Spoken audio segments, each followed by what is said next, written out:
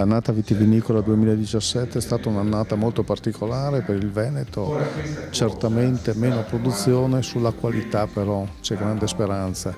Qui a Lonigo, presso la cantina Collis, Veneto Agricoltura con Regione e Avepa sta presentando i dati definitivi di questa annata molto particolare. Vediamo.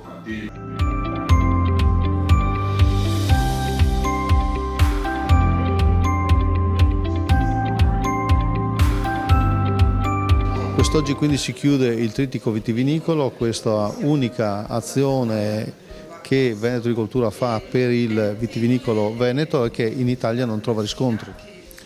Siamo al terzo appuntamento del 2017, qui a Lonigo oggi a gennaio, per dare i dati consuntivi di quello che è stata la vendemmia del 2017, che sicuramente ha sofferto rispetto all'anno precedente. Facciamo una breve sintesi allora anche sui dati sia quantitativi che qualitativi.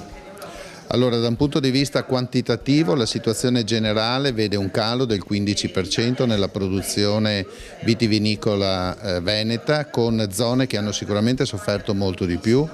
In particolare Veronese e il Vicentino hanno avuto dei cali sensibili. Sicuramente meno ha sofferto la zona del Prosecco, quindi la provincia di Treviso, che principalmente rappresenta il Prosecco, ha avuto un calo ridotto rispetto agli altri. Da un punto di vista qualitativo certamente aspettiamo di poterli assaggiare questi vini, ma dai primi dati la qualità è sicuramente interessante. Ecco, perché Veneto Agricoltura fa queste cose?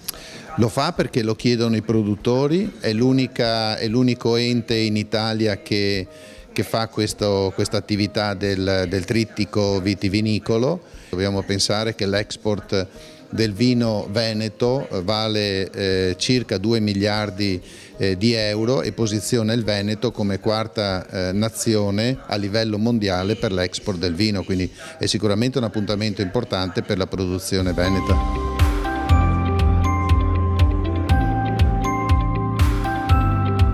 C'è una forte motivazione personale, la componente principale che porta all'aumento delle superfici destinate al biologico, che abbiamo visto si sono appunto triplicate negli ultimi 10 anni, è proprio una convinzione, un credo forte in questa tipologia di cultura.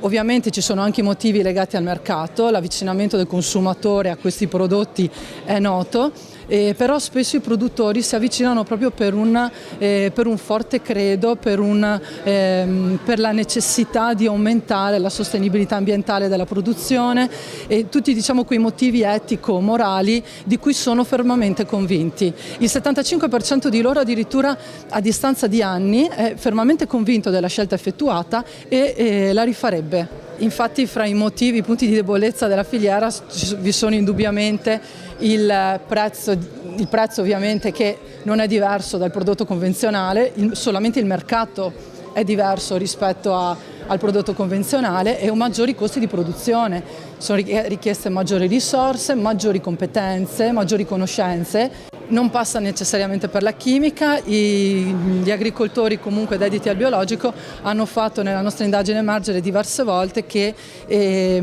hanno bisogno soprattutto di ricerca in questo campo e uno dei loro obiettivi è proprio quello di diminuire ulteriormente l'uso del rame in agricoltura.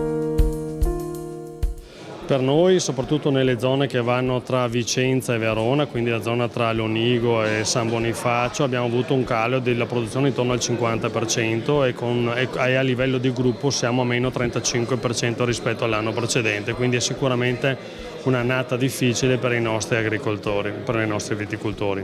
L'Amarone però è ormai il principe dei vini.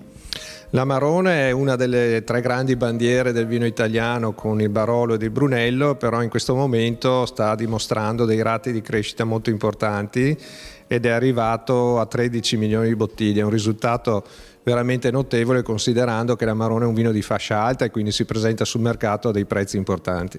Quindi voglio dire i mercati soprattutto americani, inglesi, diciamo in generale l'Occidente. Sì, diciamo che i grandi mercati del Amarone restano gli Stati Uniti, la Germania, la Svizzera, l'Inghilterra, però ci stiamo muovendo molto anche per portare l'Amarone sui mercati asiatici perché siamo convinti che saranno dei grandi mercati.